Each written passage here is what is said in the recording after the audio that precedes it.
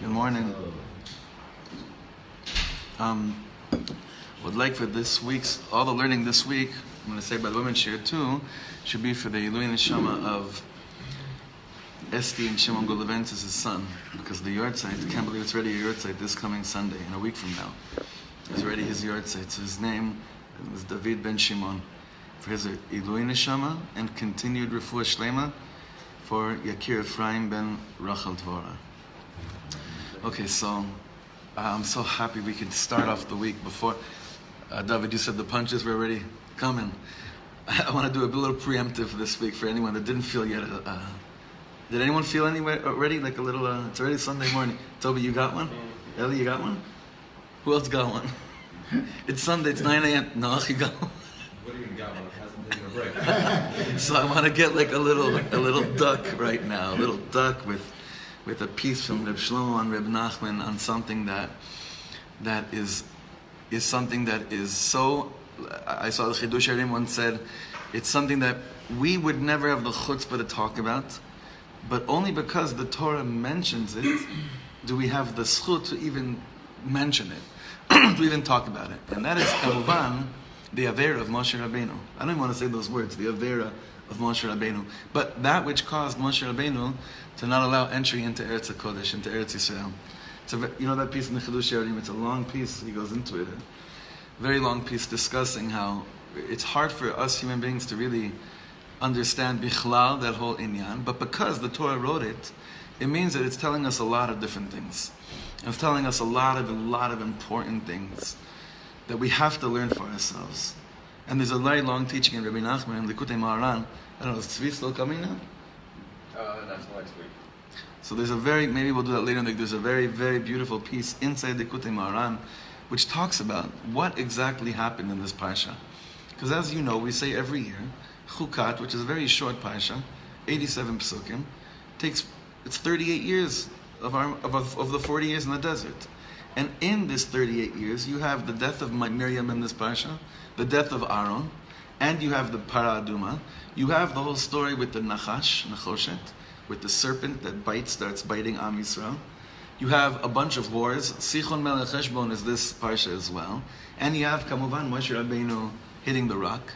And you also have the Shirat HaBe'er, Ali Be'er Enula. There is so much in this parsha. It's a lot. But for us to take one thing right now, to set our week straight, is figuring out how can we finally master the midah of savlanut, of patience, which none of us want to have. I hate it. I hate that word. I hate when people mention that word. To me, it just sounds like sevel, savlanut, from torture. Not tolerate, which also comes from lisbol. You could tolerate this. No, you could suffer from this. Lisbol. But we're going to see something beautiful today, which is going to be our gateway into the Parsha, and hopefully give us a way of understanding what, another time we're asking this question, why on earth do we have to learn such bad things about such big people? Right? That's really the shayla we have today. What is it? Without becoming professional biblical critics. Chas v'shalom, God forbid. Heaven forbid. Is there enough?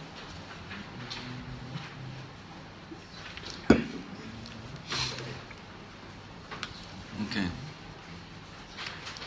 Okay. We have one extra, yeah? It's for Shimon. Eliyahu. Okay. Okay, this is what Rebbe Shlomo says like this.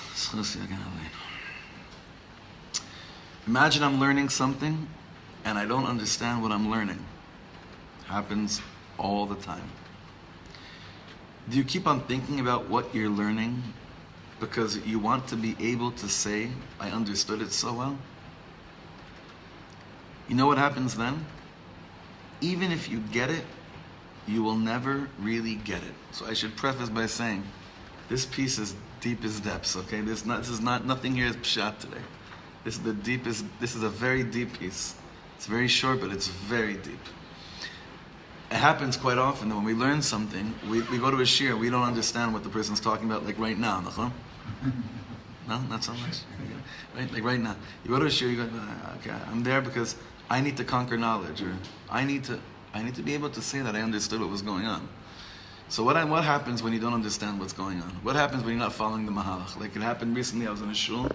Every time I'm in the shul, I'm determined, again, I'm going to be able to figure out what he's trying to say by the end of the drasha. Every time, right? Problem is, my mind goes completely blank after the first 5 minutes. Always. So what's my goal? My goal has become, I need to understand what this person's saying. So, even if I stay determined, and I say, I'm still going to understand what he says, no matter what, and I'm going to crack my head open until I figure out what he's saying, Rebbe Shlomo says, even if you're determined, and you become an akshan, you're stubborn, I'm going to understand what this person's talking about, the way you receive it means you don't really get it. That might work with everything else, but Talmud Torah. Do you hear the difference? With everything else, I could say I'm going to be stubborn until the numbers start adding up. Like my wife is doing right now, what's it called? Psychometry, right? I never had to go through that torturous. I'm sure. Not yet. You did it, I'm sure. No, you didn't do it. I did. You did it. Torture? It was like 3 months Of absolute, right. So you understand. You're right. So it's like at a certain point, like if you don't say I'm determined to be stubborn, to crack my head open until those numbers start adding up, or whatever the words they're using start making sense to me, eventually you might get it, and you'll get it, it's fine. But when it comes to Talmud Torah, it doesn't work like that. That when you go to a shir, you open up a sefer, you say, I'm going to stay here until this starts adding up. It doesn't. That's not the way it works. So now let's read this paragraph again. Imagine I'm learning something and I don't understand what I'm learning. It happens all the time. Do you keep on thinking about what you're learning because you want to be able to say, I understood it so well? You know what happens then? Even if you get it, you'll never really get it.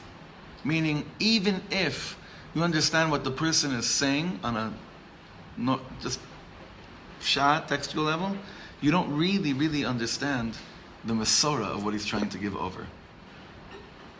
Let's see how he takes this to the next level.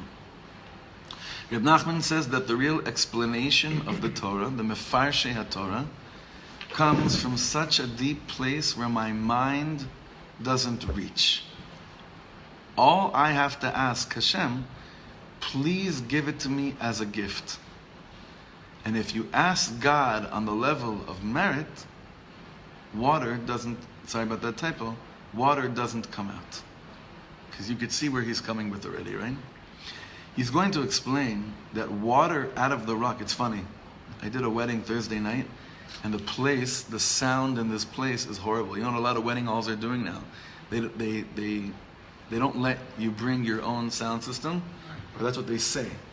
They say, no, they tell a chassan and kala, you have to pay for a sound. It's part of the contract with the hall, with the wedding hall. It's happening all over the place.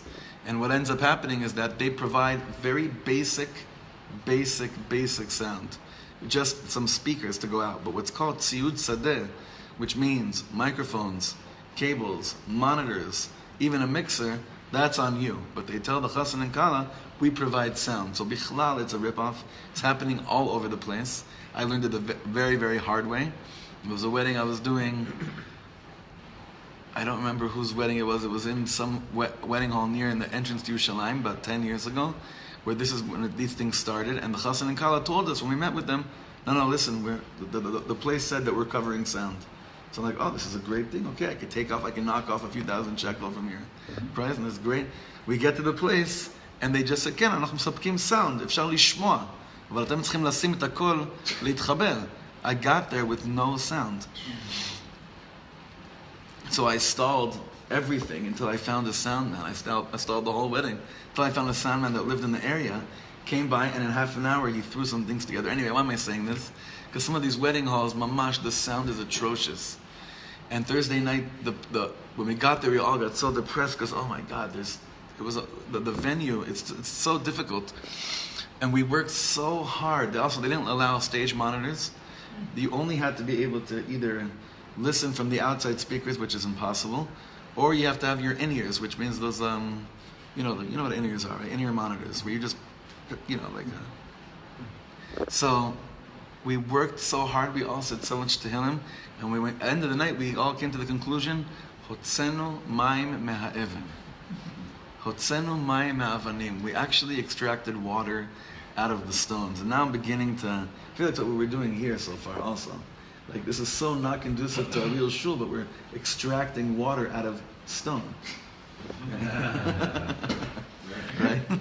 Nice one. Anyway, what the Rebbe is saying over here, what Rebbe Nachman is saying over here, Rebbe Shlomo is saying over here, is that really the inyan of the water coming out of the stone, the water coming out, the water is the mefarshei haTorah, the be'er, the flow of Torah, the perush of Torah, the be'er of Torah, the flow of it, the understanding of it. That's the be'er of the Torah, and water plays a big role during this whole parsha. So again, I'm going to say like this. Rebbe Nachman says that the real explanation of the Torah, the mefarshei Torah, comes from such a deep place where my mind doesn't reach. All I have to ask Hashem is, please give it to me as a gift. If you ask God on the level of schus, water doesn't come out. What is he talking about right now? When you learn something, you think you understand it or you don't understand it. The tefillah of Ribono Shel Olam, please, and not I need to understand this. That's the way water, which is the mefarshei Torah, which is the explanation of the Torah, comes out. Okay? So far? So why does he say water doesn't come out? If I ask God on a level, so just give it to me as a gift, that sounds like a nice... No, he's saying I have don't ask because you deserve it. As if you deserve it. Just say, I want a matnachina. On a no merit. Right, give it to me just as a gift. Merit here means... I deserve it. Exactly. Merit here means, no, remember I did this? Now, this is a chiddush. I never saw this in any of the other mefarshim. Did Moshe Rabbeinu bring up his own merit at all in the Torah? In fact, it's Dafka Bet Hanan, when he tries to go, we have a whole parish that he tries to go into Eretz Yisrael, he's saying it's a matnat chinam. It's a matnat chinam. Bless you. Basically, what happens to the ego when we start learning something we don't understand it? Why do we hold back from saying, okay, just give it to me as a matnat chinam? It's a whole ego trip. The whole thing is an ego trip, right? I can't ask for it as a matnat chinam because I need to understand, because that'll allude to me knowing, and I know. Right? I can conquer this with my mind intellectually. So if I ask something as a gift, it means ani lo kazeh chacham. Is he talking about like chopping a Gemara, or is he talking about getting it into Perushim instead of things? Good question. I don't know. I think both. I think any level of a perush of a Torah, even a Gemara. I think so. But it's a good question. Yeah, Ellie? Yeah, I think because he talks about crying over even Shulchan Aruch. He says, right. read it. If you don't get it, just cry over it.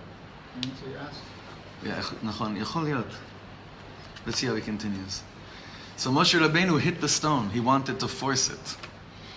If you want to get water with power, you don't really get that which you thought you wanted. Say that line again. It's a very, very heavy line. If you want to get water with power, you don't really get that which you thought you wanted. Now he's saying that water is what? The be'er of the Torah, the flow of the Torah. God says to him, don't hit the stone. Because the flowing of the stone, which is the explanations of the Torah, cannot come by force. Not even from Moshe Rabbeinu, who was holy force. It has to come from davening, from rachamim, from compassion. Toby, I think it's both. I see it more and more as it's mamish. Any level of you connecting to the word of Hashem has got to be Hashem have rachmanas on me. And not, I'm going to crack this. I'm going to figure this out. I'm going to get to what the answer is. I'm going to get to what the explanation is. Because even if you figure, because he says, you might figure it out. You might even get water from a stone. But what ends up happening? You have nothing. What do you end up having? You have a textbook that when it becomes like that. You don't have a flow of a perush of the Torah. Rebbe Nachman says that when Moshe Rabbeinu hit the stone twice, he was making two mistakes, which had to do with force. He said, you got to give it to me because I deserve it. Now, that I have to look inside again because that's still hard for me to swallow. I want to look in Rebbe Nachman and in the original recording of this because I've never seen anywhere where it says that. Has anyone ever seen this? That when Moshe Rabbeinu hit the rock, it was more of a level he was saying, this should happen by now because of what I've done? No one, right? No, but it's implied. If you're hitting, it means you think that something you're doing is actually accomplishing this. Otherwise, you wouldn't be hitting. You couldn't be hitting. Because you're by your very nature, you're doing it. And this can't happen this way. Uh-huh. Yeah. Let's go on. One second. Yossi, do you mind killing that? I'm sorry. It's so loud. Thank you. If you're hitting something, it could be a little bit of a kas, and we were talking about a tshuva. That kas is like kas is like another eye, and it only comes when you think that you are deserving of something. Uh-huh. Like you don't deserve anything, then you won't be angry at anything. It's like you won't hit anything. So if you're hitting something, you're angry at it, then on some level you believe that you deserve it, and that's not right. Yeah. That's very interesting. Expanding. That's very interesting. I never looked at it. I never looked at the whole thing like that. That must mean what it means, right? The whole inyan of, yeah. What context did it come from this parsha? Was this parsha?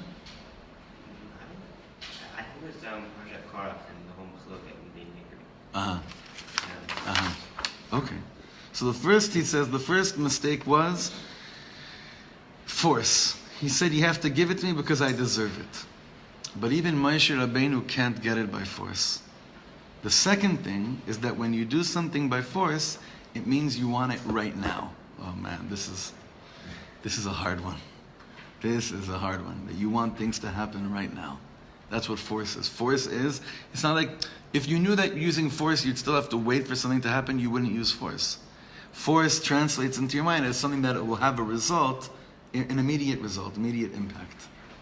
Now this is a klal yesod in Rebbe Nachman, that he speaks about throughout Likutei Moharan, throughout his farm, that you should never be an akshan when it comes to madregot of kedusha. Never. When it comes to these, you should be an akshan about keeping Torah, mitzvahs, but regarding growth and understanding who you are, and Hashem, and everything, you can't be an akshan. What's an akshan again? Is that the right word? Stubborn. Yeah. Akshan means to be stubborn. It has to be now. So force really, really, really very much aligns with that inside you're stubborn. Because you need things to happen right now. It needs to happen right now. That's the whole inyan of force. Again, if you knew that by using force, there would be a long-lasting impact, you'd say, why am I using force? I'll just use another thing, right? I don't have to be so strong with something. So that's the two mistakes that Rebbe Nachman is saying, Reb Shlomo is explaining, that Moshe Rabbeinu used. One was that there was some level we see through force. What happens? You feel shemegiali, and the other inyan that we see over here through force is that your animate things have to happen now. It's your clock now, and everything we've been learning in these shiurim have been to tune our clocks to Hashem's clock. Hashem's you're running. It's your time zone. It's not ours. You, when you you know when we need to eat what we need to eat, and you give us exactly what we need at the exact moment that we need it. What a hard Torah to really digest and to fully accept. Because we look at our lives, there's so many things that haven't happened yet, and we can't understand how come this hasn't happened yet. And usually what happens is that we start going into real, huge self-persecution. Look how wrong I am. Look how what a failure I am. Look how much I haven't really grown. When really it could be, what a beautiful thing. Hashem is waiting for the perfect moment to give me that which I really, really need. But how do we determine when are we waiting, when are we being patient, and when are we just being passive and not as active and being started on as we're supposed to be? We were talking about this on Shabbos also. Yeah? It's talk. The idea of Hishtadlus. Right. This is the whole thing. What were you saying on Shabbos? Sorry? What were you saying on Shabbos? We were talking about, like, came up, I think, in the first women's, not Rebbe Nachman share, about when's it's too much Hishtadlus. And I think you said something about what Jeremy said about when you're stressing about work, when you start stressing about work, that's when you've done, that's when, like... That's when it's not Ishtadlus anymore. Yeah. Meaning, there needs to be... Actually, that's Ari's equation. Yeah? It's a very... You want to say it again? It's very important. I think it's very short to this teaching. It's like the equation is, as hard as you can, until you start becoming emotionally imbalanced. As soon as it starts causing you stress, as soon as you start getting depressed, as soon as you start getting like, why isn't this happening yet? And that means that the hishtadlut has already been too much. So you're mishtadel as much as you possibly can, as long as you're serene, happy. It's not, as soon as you start feeling stressed, that your hishtadlut isn't working, it means you're mishtadel too much. An akshan, a stubborn person, begins to activate on his stubbornness once that, like, exactly what you said, once the flip side begins. But he goes through that. He goes through it, yeah. He goes through it. He says, I have to do this. Rav Biederman said, if people would use that same stress, the kochos and nefesh, into kochos of emunah, that'd be the perfect balance between ishtadlus and emunah. That same stress that we use towards why aren't things happening right now, it needs to happen, I don't know what's going on, the imbalance, if we use that same kochos, that we're not even aware of how much koch we're using. If we used all of that to, I believe so much in Hashem, that koch, that's the perfect balance of ishtadlus and emunah. I don't think we've even seen a model for how to do that. Like, our Western model is to stress over work. Like, what does it mean to stress over emunah? Right. Well, we are It's not stressing. What's that? Yes, we have it in us. We have it in us. Yeah. It's not stressing over emunah. It's redirecting the koach you're going to put in. You're about to put into stressing. Say another word. Besides, it's not stressing over emunah. It's a redirect. It's a redirect. What's that? Insisting. It's insistent. That's action. That's not. Right, so but you're being consistent. But you're- on the moon, and you redirect. It's a redirect. Focusing on It's like you're focusing on the money, and we're focusing on the money. Paying a lot of attention. You pay the same amount of attention that you pay on the stuff that causes all the bad things about your blood and cholesterol and whatnot, and you focus that on Ribono Shel Olam.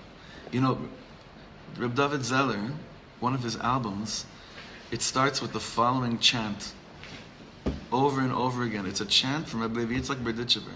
Sometimes it says that sometimes Rebbe Yitzchak, to just get aligned, he would do the following thing. This is his nigun. Ribono Shel Olam, Ribono Shel Olam, Ribono Shel Olam, Ribono Shel Olam. So can you imagine if we took, consciously right now, we took all the stuff we're stubborn on, that has to happen, but we put it in these three words, and we said it over and over again, but we really let go of things having to happen. It's not like, Ribono Shel Olam, Ribono, no, not that. But in the level of Pnimius, Ribono shel olam. Did you know that was Rebbe Levi Yitzchak's, Jeremy? But you know that melody. You taught us Hasanel. Yeah. Yeah, I taught you an L. Yeah, that was Rebbe Levi Yitzchak's nigun. It continues afterwards. Here you are, Machdu, Yirdu. But in the pnimius of it, I think that's the avoda of what this piece is saying over here. The force aspect, if you think about this in life, the forced aspect has never really gotten us anywhere. Anywhere. And think of all the decisions we've made in life that have been done through force. How many of them have actually played out and created a platform for healthy growth, healthy living? Kimat nothing. But the tefillah is, Ribono Shel Olam, don't let me fall into cop-out mode of like passiveness. That's the problem. I think one of the reasons why we're so, not just because we're so influenced by Western society, but it's more because I really am in my nature a doer, right? So I don't want to stop being my nature. I want to be a doer. So if I go into this bitachon zone, Ribono Shel Olam, no force, I might subdue my natural talents and my kochot. If you're not advancing, you're regressing. Correct. You're neutral. Yeah, but what define the advancing? That's the whole Indian. In negotiations, Jess's uncle gave me this advice when I was entering into a very difficult negotiation once. Yeah. He told me, figure out how to express your position in as few words as possible and then stop talking. Anything you say after that point, you're eroding your own base. Wow. And that's this piece. It's just, you put the work in, and then you just have to take a step back. That's what Reb Shlomo is saying here, is that you do the avoda of, the avoda here is opening a sefer. The avoda here is crying, asking Hashem for Rahmanis over it. But after that, it seems that it's exactly the same Indian. After that, even if you get the deal, even if you get the water, it's not really you. It just became a business deal. A transaction, it's not really who you wanted to become. Like, can you imagine who Moshe Rabbeinu saw in the mirror after he hit the rock? I can't even I tremble thinking about this, you know? Think about Moshe Rabbeinu. If there was a mirror in front of him the moment after he hit the rock, who do you think he saw? He might have seen the last thing he'd ever want to see. No. That's a pretty freaky image, huh? Mm-hmm. They didn't put that in the Ten Commandments. No. Thou shalt lift a mirror up in front of you after you sin. No, I mean. Oh, in the movie? No. Did he hit the rock in the movie? I don't know. No, it stopped before then. It stopped before, right. It's not happening. Okay.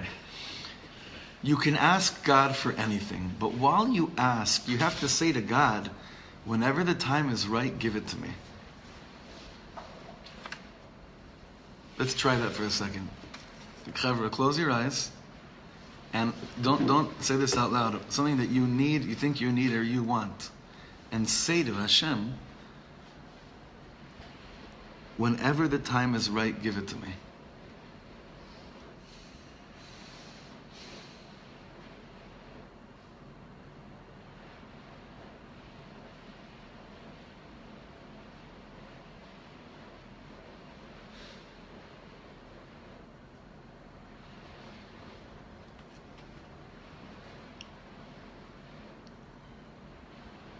What comes up when we say that? What comes up? What are some of the emotions that come up when we say that?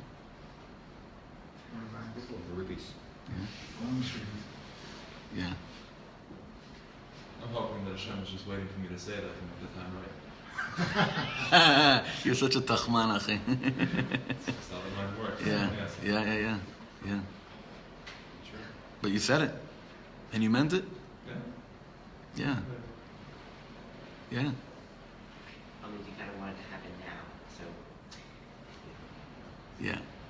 it's kind of, if you can actually believe it, if you can get to the level that you really, really, really believe it. That what? Believe that what? That Hashem will give it to you when you're ready for it, as opposed to now. Yeah. Or so maybe the tefillah. So I didn't say daven to Hashem that you should be ready right now for what He wants to give you. That's a trick. That's a trick tefillah. We're not saying that, right? That we do every single morning, you know. Potach et yadecha is basically saying, please let me be ready for what you want to give me. For all the dreams adding you to have. God, like a few words at the end. Yeah? Whenever the time is right, give it to me if you've decided that I should have it. Because there's like an aspect that I feel like, I spoke about what I heard the Rabbi used to say, like, you know how much time he spent davening that he's be able to stay in Europe? Mm-hmm. I think what this piece is saying is even deeper than that. It's saying, give it to me because I'm asking you for it, not because I deserve it. Because I'm just asking you for a month, you know. Yeah, but if it's not good for me, why should I still have it? Why should I have it? You know, sometimes you get it. Right. I mean, he got it. He got the water. He got it. So he actually got it. The problem is it came at a cost, a very heavy cost. So So, sometimes you may right. get it, but It's not what you want. understand there's going to be consequences. But that was through hitting. So here we're Force. asking for Through the force. for free. So there's here no- is saying right. no force. So So maybe they're asking for the right thing. Like maybe he's like, give me $1 million, but then you're going to become like a But drug addict. and we're under the alcoholic. assumption though that what we're asking for is something holy. Meaning we're working on the premise of this Torah of saying like a deeper connection to you, Maybe Hashem. it'll make you, all this money will make you haughty and listen, by saying your midah will be terrible. So maybe Hashem's not giving it to you. by saying when the time is right. So that if it's approach. bad for you, the time will never be right, and you won't get it. Right? Not every Torah is right for everybody at the same time. That's for sure. That's Some for sure, Torahs- for some sure. Torahs have to be in a particular time, in a particular place, with a particular person. It's not so. Not everyone should learn Ishbitz when they're 16. Right. Exhibit A. Exhibit A. What, Jeremy, you can't relate? Certain Torahs at certain ages? Come on. Betach. Of course. Well, I'd like to know it. Yeah? Actually, I think that I always feel like Hashem creates these things because He actually just wants us to talk to Him. He just wants us. Like sometimes we're so focused on, I want to make it happen, and when you just take 2 seconds and just say, just the fact that you brought Hashem in, whatever it was, like I always feel like it needs even more than even whatever you said. Which Noach are you talking about? Right here, when he said, "Oh, I feel No, like, no, you, like no. you said something," but I mean, little bit of that. you kind of said just like I always feel like sometimes when I step back and I'm like, "Oh, you know, this is all Hashem wanted. He just wanted me to just stop for a second And just think about and it. just remember that He's there." Mm-hmm. And And the that, more makes, times that makes the timeline, in other yeah, words, like, yeah, and then we're connecting the dots. That is We the start connecting the dots. That is the stressing over Amunah then. That's the connecting. Well, focusing more on him. Yeah. So Yeah. the archetype for that is right. We're the nation of delayed gratification, right? And the A archetype nation of delayed gratification. And the archetype of it is the request for children, right? And why do the Imams have to cry so much? Because God wants to hear their tefillahs. That's a crazy thing to think. But when people are praying for that and just saying, okay, Right. over time. That's the Shabbos afternoon shir. That's the Amos Yeah. Okay, let's finish this piece on the bottom over here. God says to Moshe, Ya'an lo ha'emantem bi lehakdisheni. Remember what Hashem tells Moshe and Aaron, you didn't believe in me enough to sanctify me le'enei kol Yisrael. You could have made me so holy. Not that you could have made God holy, but you could have been such a big Kiddush Hashem right now. That's really what Hashem says to him. Can you imagine what Moshe Rabbeinu feels? Moshe Rabbeinu is told by God, you had an opportunity to make me a Kiddush Hashem right now. In front of all of Am Yisrael. And then the pasuk says, Lachen. It's because of this reason, Lo taviu et hakahal hazeh. For this reason, you're not going to bring these people into Eretz Yisrael. Now, a deeper teaching of this is that, or the next level is that, you know why? Because Eretz Yisrael is the land of savlanut. Nothing works here by force. Nothing works here by force. Nothing. Nothing. Nothing. You mean the light doesn't turn green quicker? Maybe in Ranana it does, I don't know. if you believe in it. Right, then it does. 3 trips for any one. Right. activity. So Rebbe Nachman says that holy means, so he says a different take here. Rebbe Nachman says that holy means if I'm only asking for a gift, Therefore, Moshe Rabbeinu didn't go to Eretz Yisrael because Eretz Yisrael is mamish called holy, meaning you could have asked right now on the level of matnas chinam, and I would have said, here's the water. And what would have happened in that moment? Such kedusha, such flow of rachamim at that moment coming from Hashem onto Am Yisrael. By the way, we have almost the same exact episode a few Sfarim back, that Moshe hits the rock because he's told to hit the rock. But what state is Am Yisrael in back then? You know what I'm talking about? Benikrat Hatzur. In Sefer Shmot, Moshe, this whole thing happens again, but Moshe Rabbeinu is told to hit the rock, so he hits it, and the water comes up. But back then, they weren't on the brink of coming into Eretz. They weren't about to come into Eretz Yisrael. Eretz Yisrael is a completely different ballgame. Eretz Yisrael is called Eretz HaKadosha. We're here because it's a matnat chinam, not because of any force. But I'll tell you something very deep. When I'm asking you something on such a deep, compassionate level, without any force, you give it to me right away. But if you tell me you got to do it for me right away, then you are already taking it back a little. He's referring on every level of relationship right now. Basically, if we came, Baruch Hashem, with our circle of chaverim, and said, listen, you know that I lent you money, all that, I deserve that right now you lend me money. So even if you give it to me, I don't really have you, I have your money. I don't have you. I don't have a piece of you. But if we came to someone in a circle of chaverim, of holy friendship, and say, listen, Ribono Shleilim, guys, I'm trying so hard, I'm doing all these shtadlus in the world. Can someone please have Rahmanis on me?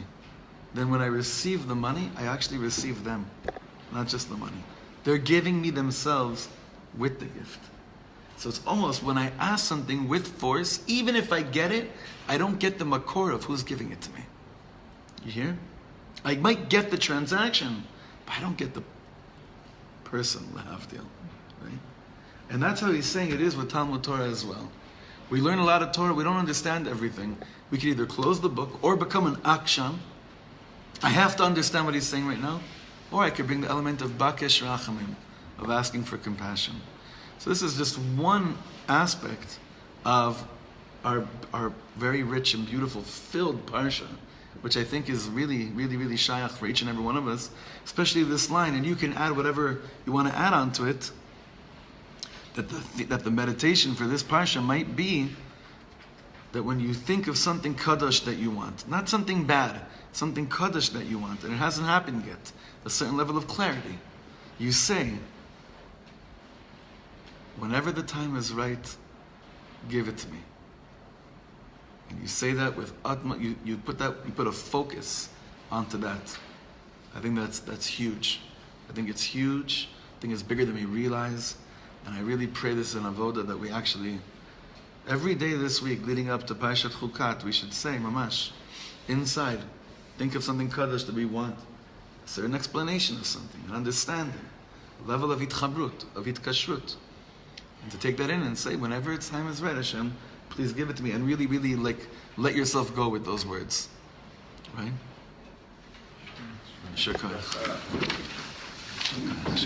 Thank you, Dov.